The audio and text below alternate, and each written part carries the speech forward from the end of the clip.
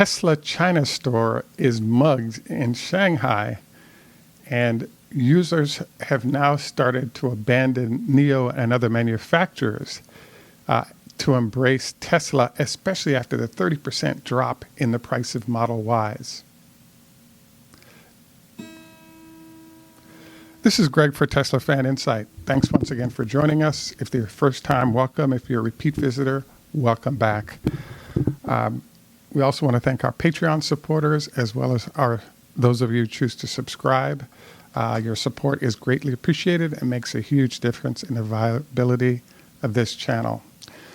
So what happened is that yesterday, one of the focuses of our show is what's going on in China with Tesla. Can we put any hard numbers to it or any data that we can collect without being in China? So one of the publications that we target is something called the South China Post, and they tend to have pretty good information.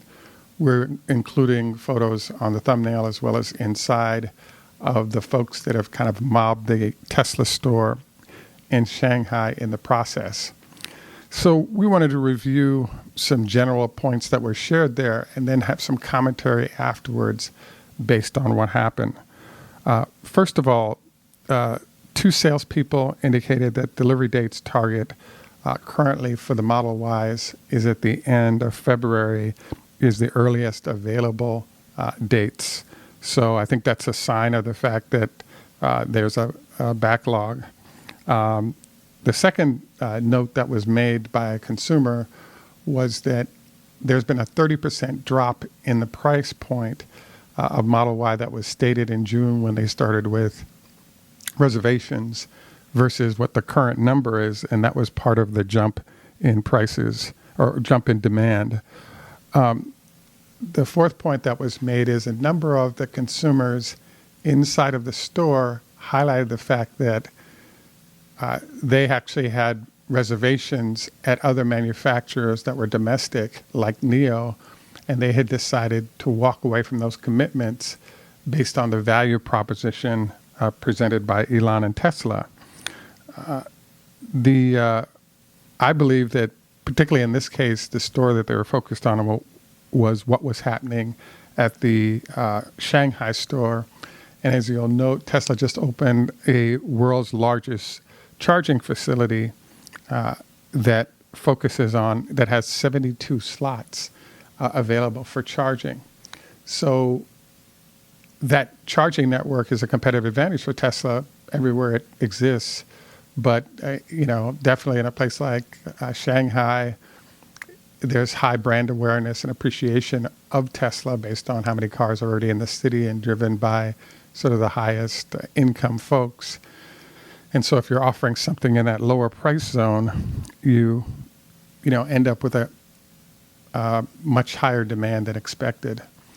So what we really wanted to dive into here based on all these developments that we saw is an idea we've been developing over the last several months called catfishing.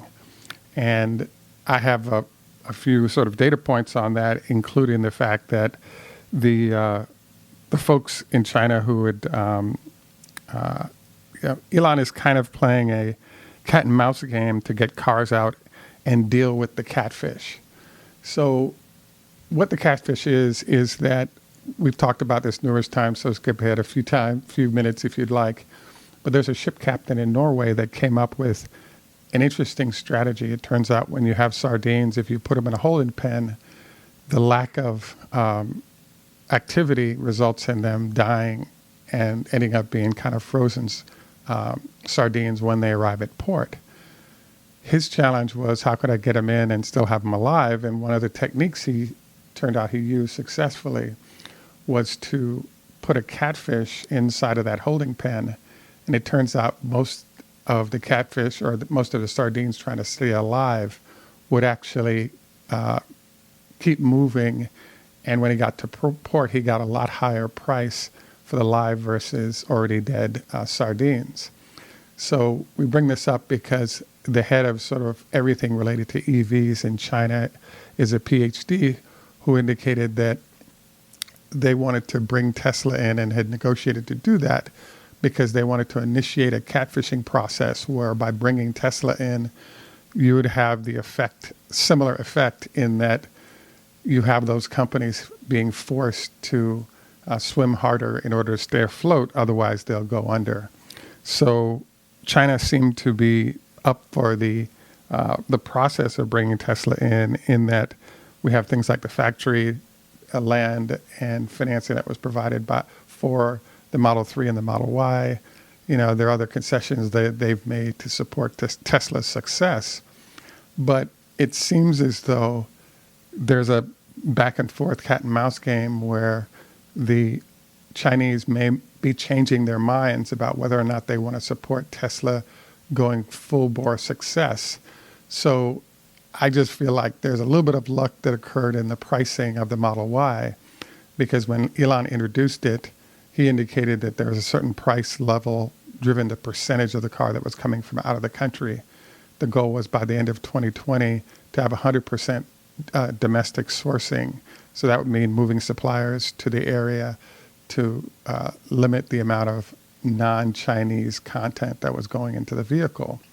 And so the suggestion of all of this is we went from a $69,000 price point on the performance Model Y, we dropped down into $55,000 for that vehicle.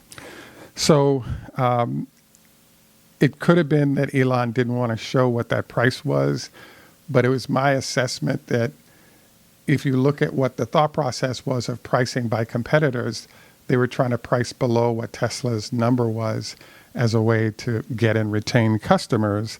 And with Tesla coming in, on the base model, almost $5,000 below them, that's a huge difference in price. And frankly, it's kind of not unexpected. The domestic makes are selling 10,000 vehicles in 2 years, whereas Tesla is producing and selling theoretically 10,000 vehicles a week or 30 or 40,000 a month. So there's a lot of economies of scale that go into that size production competitive advantage that Tesla is at. But clearly the Chinese could easily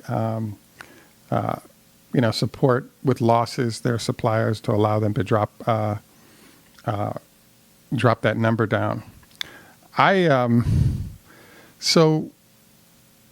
eager to get to something we call the big payback. And what that is that it might be kind of backwards in our catfish discussion.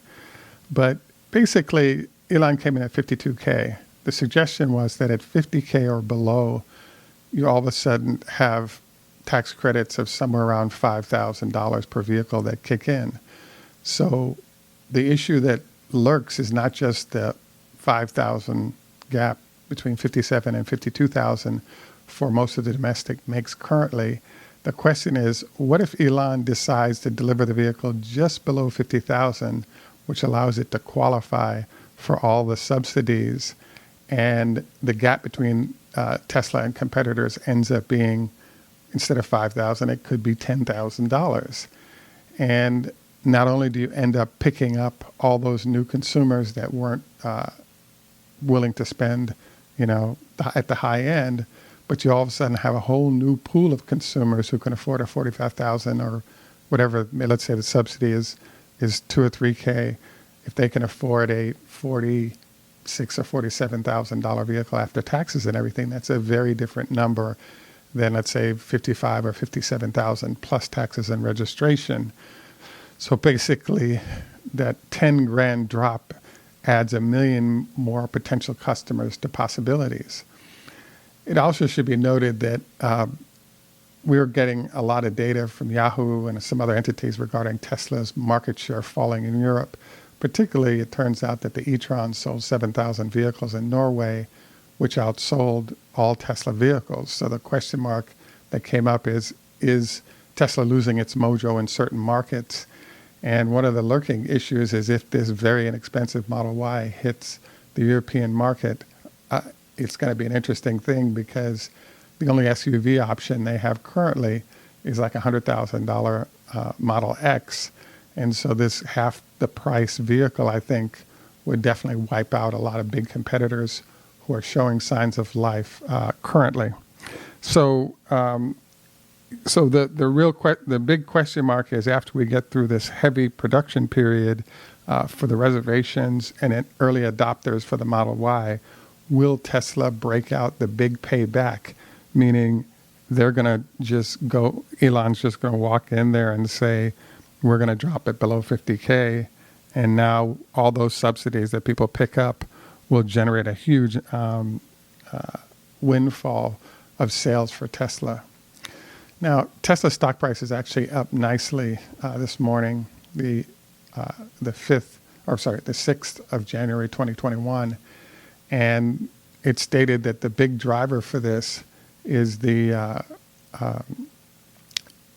big driver for this is that there was someone that came out and concluded that there's a 500,000 vehicle delivery that's pretty easy to extrapolate for the China market based on some of the issues we just covered. And so what this then means is that if you produce 500,000 cars one year and then you produce and sell a million cars the following year, your growth rate is 100%. And so that kind of growth rate validates what Tesla's up to. Now, the other what ifs there is if Tesla produced 50 to 80,000 cars heading into the start of their sales in China, there's also the possibility that if Tesla goes beyond 100,000, it can be projected more like, call it 1.2 million, 1.4 million, something like that. It's not out of the realm of possibility, because if the plant in Germany starts producing and you have 1 million vehicles coming out between Fremont and China, you now have, let's say it's 100, maybe 200,000 vehicles out of Germany. So now we start getting into these very big numbers that we're going above 100% growth rate per year. So all those possibilities are really on the table right now. And so therefore we expect this to start to influence how things are working. So I wanted to run through in general all of this with you because we're seeing a nice push in the stock. The climate change agenda that the Bidens have in mind, I think, include a $10,000 per vehicle tax credit coming up in the next month or so. So we have all these incentives to get into electric vehicles, with Tesla being the leader. We have multiple plants growing and delivering vehicles. We have potentially very large numbers given the Cybertruck's arrival, possibly end of this year, beginning of next.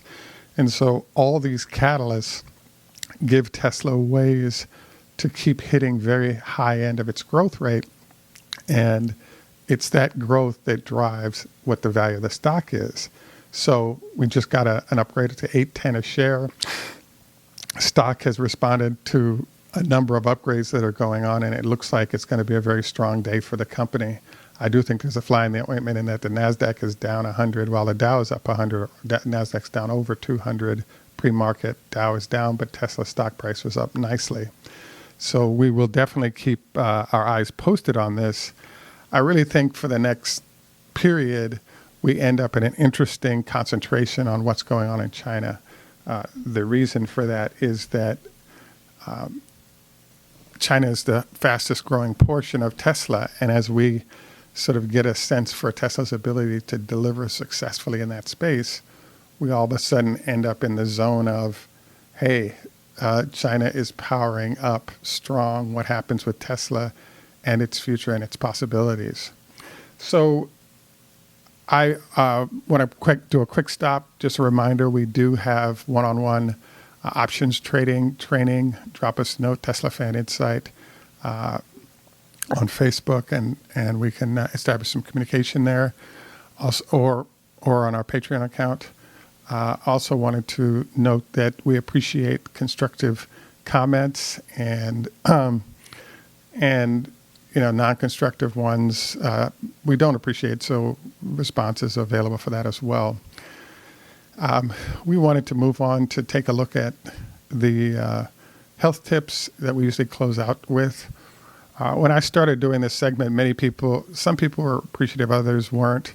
And note to you that this is after the Tesla conversation, so you can bail early if you don't have any interest in your health. So today what I wanted to review with you was there's actually a top 10 list that I developed after interviewing about 200 doctors. And we've tended to just keep it to about 5 in the interest of time. But again, if you want to bail early, that's fine, because we're at the end of the show, not in the Tesla zone. So in this case, I want to review our top 10. I had a exam from the former head of Georgetown Hospital relative to our top 10 list, and he confirmed that it's valid. So I think the exam, I passed my pseudo med school exam on this.